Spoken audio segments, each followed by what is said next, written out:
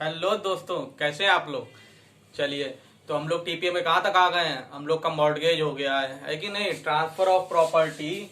जो ये वीडियो पहली बार देख रहे हैं उनके लिए मैं बता दूं कि हम लोग ने टीपीए स्टार्टिंग से सेक्शन 1 से इंट्रोडक्शन से स्टार्ट किया है और हम लोग ने मॉर्टगेज तक कंप्लीट कर लिया। मतलब सेक्शन 104 तक हो चुका है। आज हम लोग लीज पढ़ेंगे, ठीक है।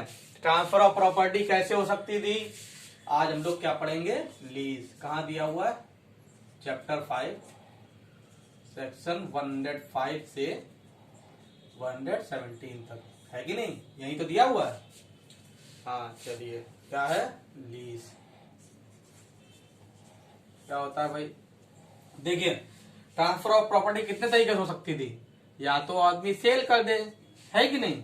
सेल कहां से कहां तक दिया था, 54 से 57 तक, है कि नहीं। कोई मेरे पास मकान है, ये मेरे पास व्हाइट हाउस था, पैसों की जरूरत है, बेच दो, है कि नहीं। सिंपल, बिना हेडेक के, कोई हेडेक नहीं रखनी है, सीधे बेचो, पैसा लो, काम चलाओ, है कि नहीं। सेल था। उसके अलावा क्या है, उसके अलावा मॉर्टगेज था।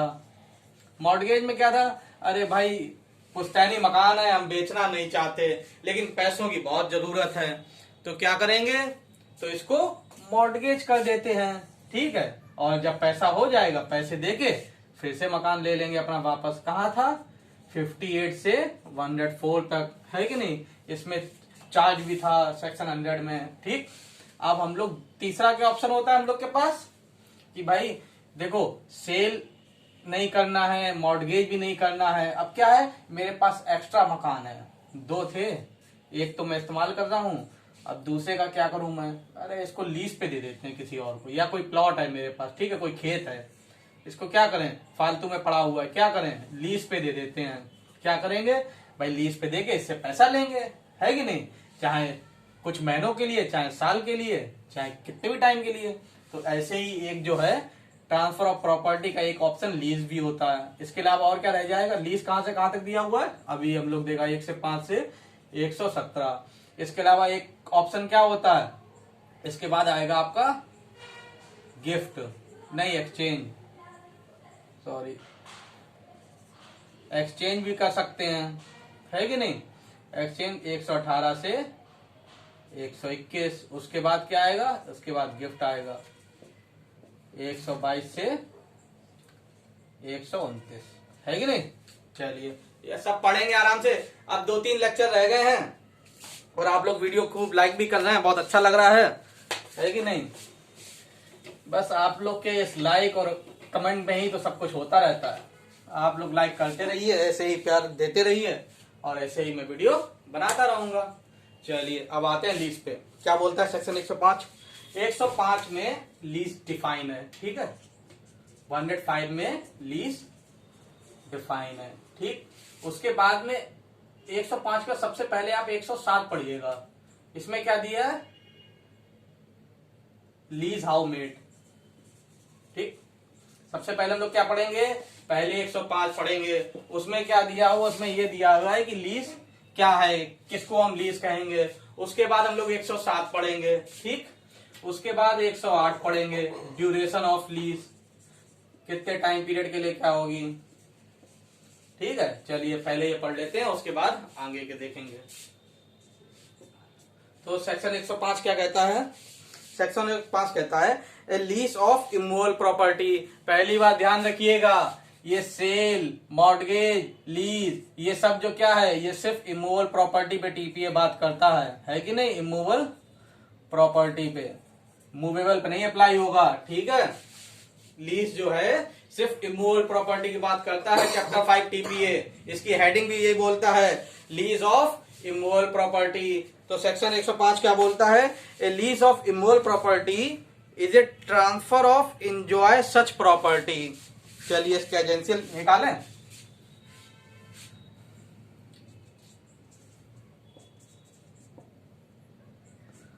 लीज के एजेंशियल्स देखते हैं क्या निकलेंगे भाई। पहला नोट कर लीजिए कि lease of immovable property is a transfer of right to enjoy. क्या होता है, सिर्फ राइट टू एंजॉय ट्रांसफर होता है इसमें। मॉर्टगेज में क्या होता है, सिर्फ उसके लिए अगर यूजो फैक्ट्री है तो वो ट्रांसफर देगा, लेकिन मॉर्गेज में हमेशा ऐसा नहीं कि ट्रांसफर होगा, है कि नहीं? कमेंट करके बताइएगा किसमें ट्रांसफर की जरूरत नहीं होती है। ठीक है, mortgage by deposit of title deed में क्या ट्रांसफर की जरूरत होती है? नहीं, सिर्फ कागज दे दिए जाते हैं, है कि नहीं? अब सेल में तो ऑनरशिप ही ट्रांसफर होती है कि नहीं? उसमें कोई राइट टू एंजॉय थोड़ा ट्रांसफर होता है, एब्सोल्यूट ऑनरशिप ट्रांसफर होगी। एक बार मैंने बेच दिया, अब बेच दिया, अब कुछ नहीं रहा मेरा उसमें, है कि नहीं? एक्सचेंज में क्या होता है? एक्सचेंज में भी एब्सोल्यूट ऑनरशिप ट्रांसफर होगी। चलिए अब पहले इसी पे आते हैं, इनको हटा देते हैं वरना ये हमेशा डिस्टर्ब करते रहेंगे, ध्यान वहीं पहुंच जाएगा, बार बार लीज पे बात नहीं हो पाएगी। चलिए क्या है भाई? पहला एजेंशियल है कि ट्रांसफर ऑफ एंजॉय, केवल ट्रांसफर ऑफ एंजॉयमेंट हो सकता है, केवल होता है, ठीक है? Transfer of enjoy of such property. चलिए किस लिए? अरे ऑब्वियसली कंसिडरेशन के लिए होगा, है कि नहीं? कुछ पैसे उससे मिलेंगे तभी तो हम कर रहे हैं। तीसरा, फॉर सर्टेन टाइम, अगर टाइम अनसर्टेन है तो वो लीज नहीं माना जाएगा, है कि नहीं? तो क्या वो लीज माना जाएगा? आज बोर्ड गड़बड़ कर रहा है।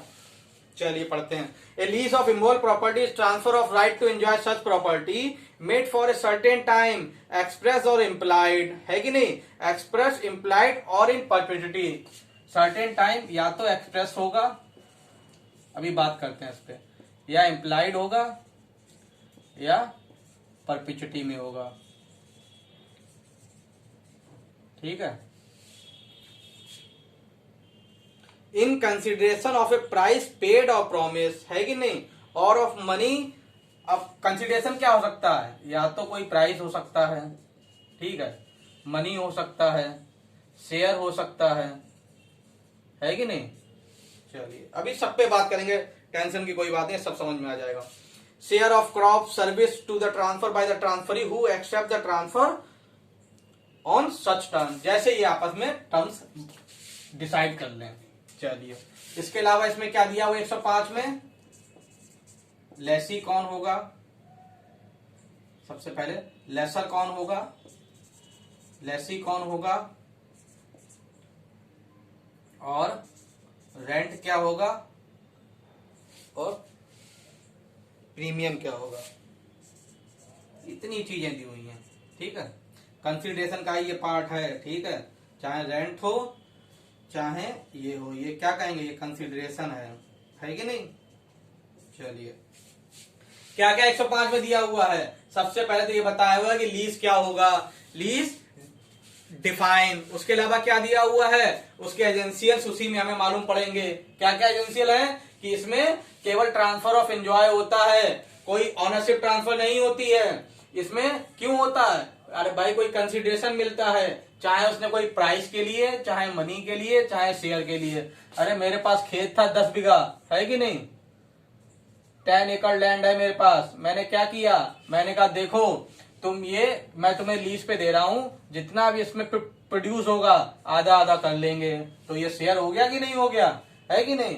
या मैंने उसे लीज पे दे दिया कि देखो भाई 6,000 रुपए एकड़, 60,000 रुपए साल का तुम मुझे दिया करना, तुम खेत का जो चाहे वो करो, है कि नहीं? मतलब जैसे चाहे फसल करो, जितना तुम्हें फायदा, हमें उससे कोई मतलब नहीं है, ठीक है? मनी, प्राइस, शेयर, जैसे आप चाहो वैसे कंसिडरेशन फिक्स कर सकते हो। फॉर सर्टेन टाइम, हमेशा लीज सर्टेन टाइम के लिए होगी, चाहे वो तुम 1 साल के लिए करो, चाहे तुम 10 साल के लिए करो, चाहे 99 साल के लिए करो, चाहे 999 साल के लिए करो, ठीक है? एक फिक्स होना चाहिए, या एक्सप्रेस और इम्प्लाइड, या परपेचुइटी में भी हो सकता है। मैंने कहा जब तक तुम जिंदा रहो तब तक ये लीज पे हम तुम्हें दे देंगे, ठीक है? मैंने कहा जब तक ये जिंदा रहेगा तब तक मैंने उसे ये लीज पे दे रखा है, तो ये परपेचुइटी पे हो गया, लीज पे, है कि नहीं? इसके अलावा क्या दिया हुआ है? लेसर। लेसर वो होता है जो लीज पे देगा। अगर ए का ये लैंड है और वो बी को दे रहा है लीज पे, तो ए जो हो जाएगा वो लेसर, मतलब जो ट्रांसफरर है उसको हम लेसर कहेंगे, और जो ट्रांसफरी है उसको हम लेसी कहेंगे, ठीक? अब रेंट और प्रीमियम क्या है? रेंट वो है कि जिसमें ये देखिए नीचे दिया हुआ the transfer is called the lessor and the transfer is called the lessee, the price is called the premium and the money share and service of the thing to be rendered is called the rent. अगर कोई price fix हुआ है, sorry, अगर कोई price fix हुआ है तो वो प्रीमियम हो जाएगा, है कि नहीं। जैसे यहाँ पर मैं कि भाई 60,000 रुपए तुम 10 एकड़ के दिया करना तुम मुझे 1 साल में, उसके अलावा कुछ और फिक्स हुआ है, ठीक है, मनी शेयर सर्विस और other thing to be rendered, अगर मान लिया शेयर या कुछ है तो उसको हम रेंट कहेंगे। क्वेश्चन यहां से नहीं बनता, क्वेश्चन कहां से बनता है इसमें कि ये बताइए कि लीज में क्या ट्रांसफर एंजॉय क्या ट्रांसफर होता है, ट्रांसफर ऑफ ऑनरशिप होता है, ट्रांसफर ऑफ इंटरेस्ट होता है, ट्रांसफर ऑफ एंजॉय होता है, क्या होता है, तो इसमें सिर्फ ट्रांसफर ऑफ एंजॉय होता है कि नहीं। तुम केवल प्रॉपर्टी इस्तेमाल कर सकते हो अगर उसने लीज में कोई कंडीशन लगा दी क्या कि भाई तुम इसमें कोई कंस्ट्रक्शन नहीं करोगे तो आप कंस्ट्रक्शन नहीं कर सकते, है कि नहीं, ये violation of the terms of lease हो जाएगा।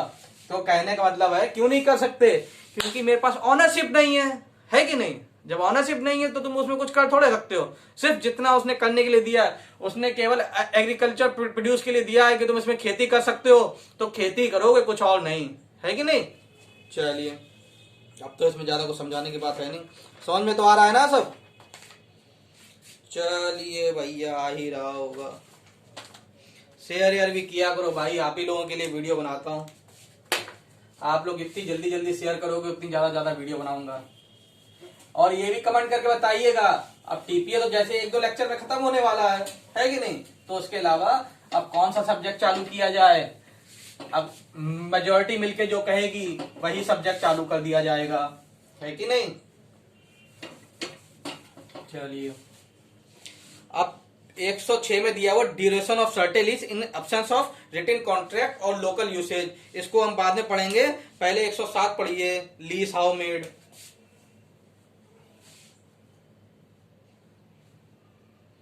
ड्यूरेशन 106 में था, बताया करो, आप कहां से बताओगे ऑनलाइन क्लासेस में यही तो दिक्कत होती है, अगर कुछ मैंने मान लो ये यहाँ पर 106 में लिखना चाहता था लेकिन 108 लिख गया तो फिर वो गलती रहेगी। अगर वहां पे कोई स्टूडेंट बैठा होता सामने तो वो टोक देता, सर ये 108 नहीं 106 है कि नहीं। चलिए लीज हाउ मेड देखते हैं, सेक्शन 107 105 के बाद हम लोग क्या पढ़ रहे हैं, 107 लीज हाउ मेड, कैसे लीज बनेगा। देखिए भाई साहब इसमें क्या होता है, बहुत सिंपल है, पढ़ लेते हैं। A lease of immovable property from year to year और for any term exceeding 1 year. ठीक है, कहने का मतलब है अगर कोई भी लीज ईयर टू ईयर है, ईयर टू ईयर, या जिसमें ईयरली रेंट फिक्स है, ईयरली रेंट, ठीक, कोई भी लीज ईयर टू ईयर या ईयरली रेंट फिक्स है तो वो हमेशा वो राइटिंग में होना चाहिए। ठीक, क्या होना चाहिए, अगर कोई भी लीज ईयर टू ईयर है, मान लीजिए मैंने ये खेत इसे 9 साल के लिए 10 साल के लिए मैं दे रहा हूं, ठीक है, 1 साल से ज्यादा के लिए अगर दे रहा हूं, मोर देन 1 ईयर, ठीक है, तो हमें इसका रजिस्ट्रेशन कराना पड़ेगा। ठीक, a lease of immovable property from year to year or for any term exceeding 1 year or reserving a yearly rent can be made only by a registered instrument। इसका मुझे क्या कराना पड़ेगा, ये रजिस्ट्रेशन के थ्रू होगी, अगर साल भर से ज्यादा है तो। ठीक, 1 साल या 1 साल ज्यादा है या ईयरली रेंट जिसमें फिक्स है, उन दोनों केसेस में क्या है, ईयर टू ईयर और for any term exceeding 1 year और रिजर्विंग ए ईयरली रेंट। अगर ईयरली रेंट फिक्स है या ईयर टू ईयर है या मोर देन 1 ईयर है, ठीक, मोर देन 1 ईयर, इन तीनों केसेस में क्या होगा, इन तीनों केसेस में रिटन इंस्ट्रूमेंट से ही काम चलेगा, है कि नहीं, रजिस्ट्रेशन कराना पड़ेगा तभी मानी जाएगी।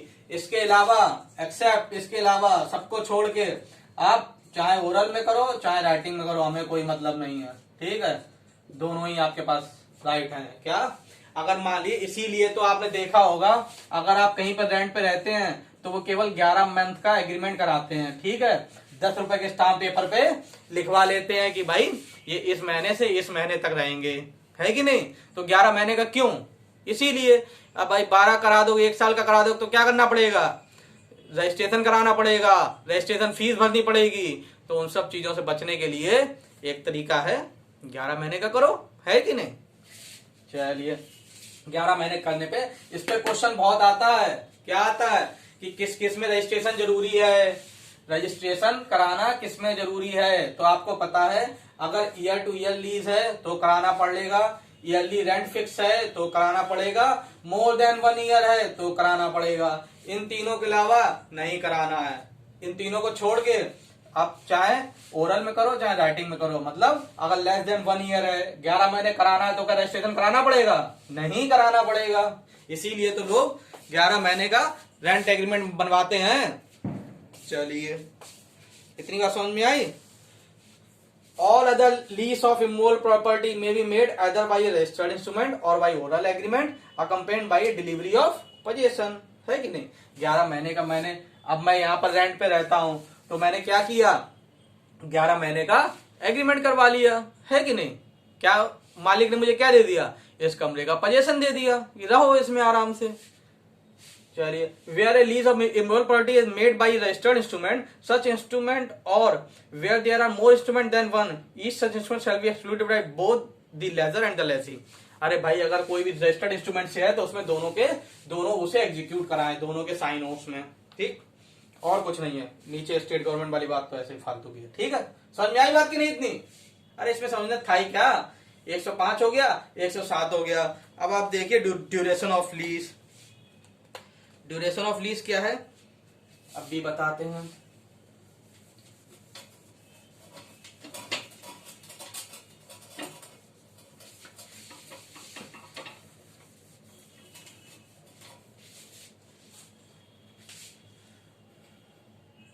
Section 106 duration of lease. 106 में एक क्वेश्चन ये भी आता है कि अमेंड कब हुआ था, ठीक है। ये 2002 में अमेंड हुआ था, ठीक, सब्स्टिट्यूट हुआ था पूरा ये 106। काफी पूछा जाता है, ध्यान रखिएगा। एक और 53A मुझे कमेंट करके बताइएगा कब जोड़ा गया था 53A, ठीक है, ये भी पूछा जाता है। और 106 2002 में जोड़ा गया था। 2003 है, इन्फोर्समेंट डेट 2002 है, वैसे 2003 है, ठीक है। चलिए अब ड्यूरेशन ऑफ लीज क्या है देखिए, पढ़ते हैं। In the absence of a contract और लोकल लॉ और यूसेज ऑफ कॉन्ट्रेरी, ठीक है। ये ऊपर वाली लाइन हटा दिया करिए। अगर कोई भी वहां पे अपने हिसाब से उन्होंने अपने कॉन्ट्रैक्ट में कुछ लिख लिया है या वहां पे कोई पहले से कस्टम चला आ रहा है तो वो अलग बात है, ठीक है, तो वो माना जाएगा। अगर ऐसा कुछ नहीं है तो जो हम बता रहे हैं, मतलब जो टीपीए बता रहा है, तो ये माना जाएगा। टीपीए क्या बता रहा है, a lease of immovable property of agriculture और मैन्युफैक्चरिंग पर्पस, दो चीजों के लिए, एग्रीकल्चर मैन्युफैक्चरिंग पर्पस, इन दोनों के लिए अगर आपने किसी को कोई प्रॉपर्टी, ये प्लॉट था, ये मैंने एग्रीकल्चर पर्पस के लिए दिया, ठीक है, या मैन्युफैक्चरिंग पर्पस के लिए दिया, तो इन दोनों केसेस में ये प्रिज्यूम करके चलेंगे कि ये ईयर टू ईयर है, ठीक है। हम क्या प्रिज्यूम करके चलेंगे कि अगर आपने किसी को एग्रीकल्चर या मैन्युफैक्चरिंग पर्पस के लिए कोई लैंड लीज पे दी है, तो अगर आपने कॉन्ट्रैक्ट में कुछ नहीं लिखा है तो ये मान के चलेंगे कि वो क्या है, ईयर टू ईयर है कि नहीं। अगर वो ईयर टू ईयर है तो अगर इसको हम वो करना चाहते हैं, ठीक है, sale be due to year, अगर टर्मिनेट करना चाहते हैं इस लीज को, अगर हम टर्मिनेट करना चाहते हैं तो मुझे 6 मंथ नोटिस देना पड़ेगा। बहुत क्वेश्चन पूछा जाता है लीज में से, एक आध क्वेश्चन आते ही रहते हैं। क्या क्या आएगा, पहली बात तो कौन सी लीज ईयर टू ईयर मानी जाएगी, एग्रीकल्चर या मैन्युफैक्चरिंग पर्पस के लिए है। अगर कोई भी लीज ईयर टू ईयर है तो उसको टर्मिनेट करना चाहते हैं तो कितने दिन का नोटिस देना पड़ेगा, 6 मंथ नोटिस। कितने दिन का, 6 महीने का नोटिस देना पड़ेगा पहले से, ठीक है। और इन सबके अलावा वो मंथ टू मंथ मानी जाएगी, ठीक है। और अगर कोई भी लीज मंथ टू मंथ है इसको अगर टर्मिनेट करना है, खत्म करना है, कितने दिन पहले नोटिस देना पड़ेगा? 15 डेज। ठीक है, ये बहुत क्वेश्चन पूछा जाता है 106 में, ड्यूरेशन ऑफ लीज, कि कब तक के लिए लीज मानी जाएगी। एग्रीकल्चर और मैन्युफैक्चरिंग पर्पस के लिए ईयर टू ईयर मानी जाएगी। या तो आप अपने लीज एग्रीमेंट में साफ साफ लिखो, अगर कुछ नहीं लिखा हुआ है तो इस ग्राउंड पे हम क्या मान लेंगे, अगर एग्रीकल्चर पर्पस के लिए है तो ईयर टू ईयर मान लेंगे, मैन्युफैक्चरिंग पर्पस के लिए है तो ईयर टू ईयर मान लेंगे। और अगर ईयर टू ईयर है कोई भी लीज तो उसको टर्मिनेट करना है तो हमें 6 मंथ नोटिस, बहुत पूछा जाता है, याद रखिएगा, 6 मंथ का नोटिस देना पड़ेगा। और अगर मंथली है तो 15 डेज का नोटिस देना पड़ेगा, है कि नहीं? याद रखिएगा, कुछ याद रहे ना आया है। चलिए, and lease of immoral property for any other purposes shall be deemed to be lease from month to month, terminable on the part either of the lessor और लेजी बाय 15 डेज नोटिस। ठीक है, अब दोनों में से कोई भी, अगर चाहे लेसर और चाहे लेसी, कोई भी टर्मिनेट करना चाहता है तो अगर ईयर टू ईयर है तो 6 महीने पहले उसे नोटिस देना पड़ेगा, है कि नहीं? अरे भाई, मैन्युफैक्चरिंग पर्पस के लिए लिया है, उसे टाइम तो देना पड़ेगा कि वो कम से कम 6 महीने का तो टाइम दो कि वो खाली करे, है कि नहीं? मान लीजिए लीज आपने 10 साल के लिए की थी, ठीक है, या 5 साल के लिए की थी, अब आप उससे 1 साल बाद ही कहो 15 दिन में खाली कर देना। अरे भाई, उसने पूरा सेटअप लगा रखा है, ऐसे कैसे खाली कर देगा? कम से कम 6 महीने का टाइम दो उसे, है कि नहीं? या एग्रीकल्चर पर्पस के लिए तो भी 6 महीने टाइम दो। अरे कोई फसल हो रही है तो ऐसे थोड़े, वो तुमने कहा 15 दिन में खाली कर दो, ऐसे कैसे खाली हो जाएगा? दूसरी बात, अगर इसके अलावा कुछ और है, मंथ टू मंथ है कि नहीं? अरे भाई, हमसे मेरे मकान मालिक ने कहा ये खाली कर दो, है कि नहीं? ठीक है, 15 दिन का टाइम दो, हम दूसरा रूम ले लेंगे, कहीं और रहने लगेंगे, है कि नहीं? उसमें कोई इशू नहीं है, तो इसमें 15 डेज का नोटिस हो जाएगा। ठीक, बहुत पूछा जाता है, याद रखिएगा। चलिए, notwithstanding anything contained in any other law for the time being enforced, the period mentioned in subsection 1 shall commence from the date of receipt of notice। अब ये 6 महीने 15 दिन का टाइम कब से चालू होगा? जारे जिस दिन से नोटिस दिया है कि नहीं? जिस दिन नोटिस दिया है उसी दिन से मालूम हो जाएगा। रिसिप्ट ऑफ नोटिस, ठीक है, जब से उसे नोटिस उसके पास पहुंचा है। चलिए, तीसरा देखें, a notice under subsection 1 shall not be deemed to be invalid merely because the period mentioned falls short of the specified। तीसरा पॉइंट ये कह रहा है कि देखो, मान लीजिए 15 डेज का नोटिस था, है कि नहीं? अब मान लीजिए मैंने उसे जो टाइम दिया ना, उसमें मैंने 14 डेज लिख दिया, ठीक है, कि 14 डेज में खाली करो। लेकिन अगर मैंने केस जो है ये टाइम लैप्स होने के बाद किया है, जो स्पेसिफाइड टाइम है, अगर इसके बाद मैंने केस किया है ना, तो इससे कोई फर्क नहीं पड़ेगा कि इसमें तुमने 14 दिन ही क्यों लिखे थे, है कि नहीं? अरे केस तो मैंने जो टाइम लैप्स हो गया उसके बाद ही किया, है कि नहीं? तो उससे कोई फर्क नहीं पड़ेगा, वो इनवैलिड नहीं होगा। चौथा पॉइंट ये कहता है कि भाई आप जो नोटिस देना है उसे तो कैसे दें? जैसे दे पाओ, या तो तुम डिलीवरी खुद उसे दे आओ जाके, ठीक, या पोस्ट करके भेज दो, या उसके घर में किसी को, सर्वेंट को, किसी को दे आओ, या उसी को मालिक को दे दो, ठीक है, मालिक को, सर्वेंट को, जैसे तुम देना पाओ वैसे दे दो। और कुछ ना हो, कोई ना मिले तो क्या करें? उसके घर के बाहर चिपका आना, ठीक है, कॉन्स्पिशियस पार्ट पे, उसके घर के बाहर, conspicuous part of the house, घर के बाहर नोटिस की तरह चिपका देना, है कि नहीं? कॉन्स्पिशियस पार्ट क्या होता है? जिस पे ध्यान जाए तुरंत। अरे आदमी अपने घर में घुसता है, सबसे पहले गेट पे ही तो ध्यान जाएगा, तुम गेट पे नोटिस चिपका के आ गए, है कि नहीं? अब आप फिल्मों में देखा होगा, हॉलीवुड मूवियों में क्या होता है, कोई अगर हस्बैंड वाइफ रह रहे हैं, कोई जाता है, कोई दूसरा सो रहा है तो उसे उठाते नहीं है, क्या करते हैं? फ्रिज पे एक स्टिकर चिपका देते हैं, पूरा अपनी बात लिख देते हैं कि हम यहाँ गए हैं, वहां गए हैं। तो क्या होता है, वो जानते हैं कॉन्स्पिशियस पार्ट है, आसानी से दिख जाएगा, ध्यान जाएगा इसका, ठीक है, वो जान जाएगा कि मैं कहाँ पे हूँ, है कि नहीं? तो ऐसे कॉन्स्पिशियस पार्ट, ठीक, क्या है? अब ये नोटिस कैसे दिया जाएगा? जैसे चाहे डिलीवरी कर दो, उसको खुद दे आओ जाके, पोस्ट कर दो, सर्वेंट मिल जाए, घर का कोई आदमी मिल जाए उसे दे दो, कोई ना मिल रहा हो घर के बाद चिपका के आ जाओ, ठीक। चलिए, duration of certain lease in absence of written contract और लोकल यूसेज। आगे बात नहीं समझ में?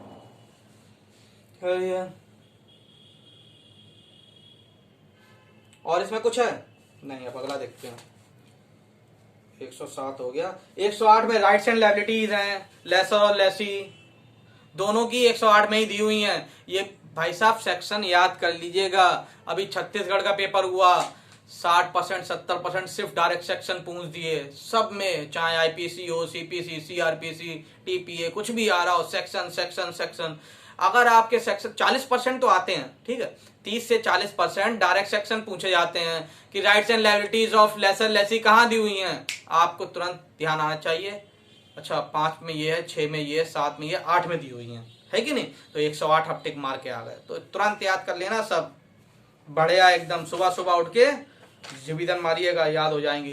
तो राइट्स एंड लायबिलिटीज एक बार रीडिंग मारेंगे समझ में आ जाएगा। इसके अंदर से कुछ नहीं पूछा जाता, ठीक है, सिर्फ ऊपर ही पूछा जाएगा। बस मेंस में थोड़े इसमें 2-4 पॉइंट याद कर लीजिएगा, या वो पढ़ लेंगे, एक बार पढ़ने में ही समझ में आ जाएगा। राइट्स लायबिलिटीज क्या होती हैं भाई?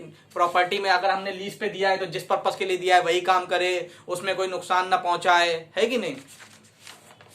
और लेसर के लिए क्या होता है, अगर कोई चीज दे रहे हो तो भाई उसे, अगर उसमें कोई मैन्युफैक्चरिंग कोई डिफेक्ट है तो उसे बता दो कि भाई इसमें ये प्रॉब्लम है कि नहीं। अब ऐसा ना हो हमने मकान लिया और कुछ इसमें दिक्कत हो और फिर मुझे परेशानी हो उसमें, तो ये इसके राइट्स होते हैं। 109 क्या बोलता है, देखो भाई 109 बोलता है राइट्स ऑफ लेसर ट्रांसफरी। क्या होता है, लेसर कौन है, इसको साफ कर देते हैं पहले। लेसर कौन है बताइए। अरे लेसर वही है जो प्रॉपर्टी जो लीज पे दे रहा है कि नहीं। अब उसमें बोल रहा है कि राइट्स ऑफ लेसर्स ट्रांसफरी, ठीक, क्या है कि अगर लेसर्स ने जो प्रॉपर्टी दे रहा है, ट्रांसफरर है, अगर उसने किसी और को प्रॉपर्टी ट्रांसफर कर दी, ठीक है, बेच दी या कुछ भी किया, तो उसके क्या राइट होंगे। क्या बोलना है, 105, 6, 7, 8, 108 में क्या था, राइट्स एंड लायबिलिटीज, याद कर लीजिएगा, सेक्शन से कोई कंप्रोमाइज नहीं। 109 क्या, ये भी राइट की बात करता है, क्या है, राइट्स ऑफ लेसर्स ट्रांसफरी, कुछ नहीं है इसमें। क्या हो भाई, अब लेसर था, उसने एक मकान किसी को दे दिया, वो लेसी हो गया, ठीक। अब क्या हो रहा है, ये जो था, अब इसने जो मकान लीज पे दे रखा था, मान लीजिए 50 साल के लिए मान लीजिए दे रखा था हमने ये मकान लीज पे, ठीक, 50 ईयर्स के लिए। तो अब क्या इस बीच में क्या हम इस मकान को बेच नहीं सकते, सेल नहीं कर सकते? बिल्कुल कर सकते हैं। ए ने इस मकान का बी को सेल कर दिया, ठीक है, सेल कर दिया, तो जो ये जो हो गया, ये हो गया लेसर्स ट्रांसफरी, बी हो गया ना। तो अब जो ए के पास सारे राइट थे ना इसको लेके, वो अब बी को आ गए, बी इसकी जगह पे आ जाएगा, बस सिंपल सी बात है। 109 इतनी बात कर रहा है, ठीक है। चलिए पढ़ लीजिएगा इसको। 110 क्या बोलता है, 110 2 पॉइंट पे बात करता है। पहला कि exclusion of day, exclusion of day when the lease made. क्या हुआ, जिस दिन लीज बनी है ना उस दिन को छोड़ दिया जाएगा। मान लीजिए month to month, year to year है, ठीक है, ईयर टू ईयर है, तो अगर 3 मार्च को ये लीज मैंने बनाई है तो एक्सपायरी डेट इसकी मालूम क्या होगी, ये 3 मार्च को काउंट नहीं किया जाएगा। मान लिया 3 मार्च 2020 को ये लीज मैंने आपस में लीज एग्रीमेंट किया, लीज पे हम लोगों ने एक मकान दिया, तो अब ये 3 मार्च नहीं जोड़ी जाएगी, तो इसका एक्सपायरी डेट होगा ना वो 4 मार्च 2021 होगा, है कि नहीं। अगर 1 साल के लिए है तो क्या हो जाएगा, ये बोलता है कि जिस दिन लीज बनाई है, 3 को मान लिया बनाई है, तो वो वाला दिन नहीं जोड़ा जाएगा, ठीक है। Duration of lease for a year where the time so limited as a year or a number of years in the absence of express agreement to the contrary, the lease shall last during the whole anniversary of the day from which the time commenced, ठीक है। अगर year to year है तो जैसे इसमें दिया हुआ ना पूरा ही माना जाएगा, ठीक है, होल ईयर, ठीक। ऑप्शन टू डिटरमाइन लीज, अगर मान लीजिए ये कह रहा है, तीसरा पॉइंट ये इंपॉर्टेंट है, क्या होता है कि लीज एग्रीमेंट में, जो लीज एग्रीमेंट है उसमें हमने क्या किया, ये नहीं बताया कि इसको टर्मिनेट करने का, टर्मिनेट नहीं, डिटरमाइन करने का मतलब खत्म करने का किसके पास राइट होगा। क्या हुआ, जो हम लोगों ने लीज बनाई तो उसमें ये नहीं लिखा कि किसके पास ये राइट है कि इसको खत्म किया जा सके, लेसर की लेसी भी, ठीक है। तो इसकी एब्सेंट में हम क्या मानेंगे, जब हमने नहीं लिखा इसमें तो कोर्ट ये मान के चलेगी कि इसके पास है, किसके पास, लेसी के पास। क्यों, ऐसा क्यों है भाई, ये बताइए। ये इसलिए है, मान लीजिए अब हमने इनसे ये प्लॉट लिया था, किसके लिए, मैन्युफैक्चरिंग के लिए, ठीक। अब यार इसमें कुछ यार मुझे फायदा ही नहीं हो रहा है, तो अब लेसी के अगर हाथ में होगा तो बेचारा वो टर्मिनेट करके खत्म करके इसको निकल जाएगा, है कि नहीं। अगर लेसर के हाथ में होगा तो ये बेचारा खत्म नहीं कर पाएगा, तो इसलिए कोर्ट फायदा किसको दे रही है, लेसी को, है कि नहीं।